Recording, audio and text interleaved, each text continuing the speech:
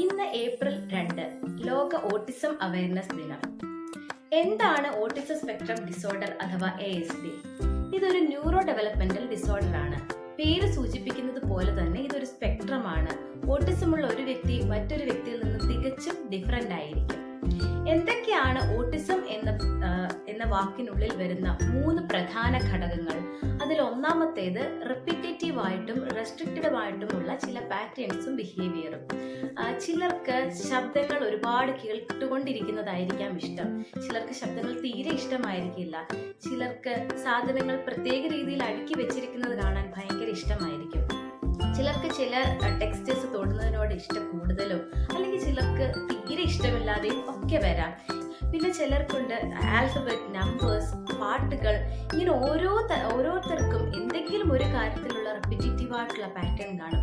ചിലർക്ക് hand flapping കാണും, പിന്നെ ടോ വോക്കിംഗ് കാണും. ഇതൊക്കെ ഇതിൽ കണ്ടുവരുന്ന റിപ്പീറ്റേറ്റീവ് ആയിട്ടുള്ള ബിഹേവിയേഴ്സ് ആണ്. രണ്ടാമത്തെ കാര്യം സോഷ്യൽ ഇന്ററാക്ഷനിലുള്ള ബുദ്ധിമുട്ട്.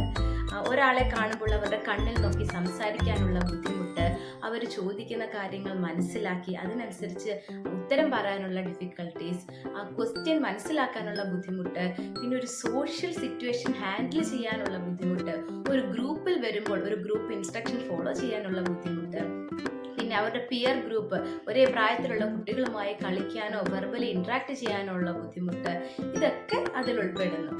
മൂന്നാമത്തെ കാര്യമാണ് കമ്മ്യൂണിക്കേഷൻ. അവരുടെ മനസ്സിലുള്ള കാര്യങ്ങൾ ഒരു എഫക്റ്റീവായിട്ട് മറ്റൊരാളെ കമ്മ്യൂണിക്കേറ്റ് ചെയ്ത് അറിയിക്കാനുള്ള ഒരു ബുദ്ധിമുട്ടാണ് ഇത് ഉദ്ദേശിക്കുന്നത്. അത് സംസാരത്തിലൂടെയോ, അത് ചില ഓട്ടിസം ഉള്ള കുട്ടികൾ സംസാരിക്കുന്നവരായിരിക്കാം, എന്നാൽ ചില ഓട്ടിസം ഉള്ള ആൾക്കാർക്ക് വെർബൽ ആയിരിക്കില്ല, അവർ മ്യൂട്ട് ആയിരിക്കാം. ചില ആൾക്കാർക്ക് കുറച്ച് വാക്കുകൾ അല്ലെങ്കിൽ ചില സെന്റൻസുകൾ മാത്രം വെച്ച് സംസാരിക്കാൻ പറ്റാം. അപ്പോൾ ഇതൊന്നുമല്ലാണ്ട് വെർബലി ആണെങ്കിലും നോൺ വെർബലി ആണെങ്കിലും ഉള്ളിലുള്ള ഒരു കാര്യം മറ്റൊരാളെ സക്സസ്ഫുള്ളി കമ്മ്യൂണിക്കേറ്റ് ചെയ്യാനുള്ള ഒരു ബുദ്ധിമുട്ട് ഉണ്ടാകാം. ഈ 3 കാര്യങ്ങളെയാണ് ഓട്ടിസത്തിന്റെ ട്രയാഡ്സ് എന്ന് നമ്മൾ വിശേഷിപ്പിക്കുന്നത്.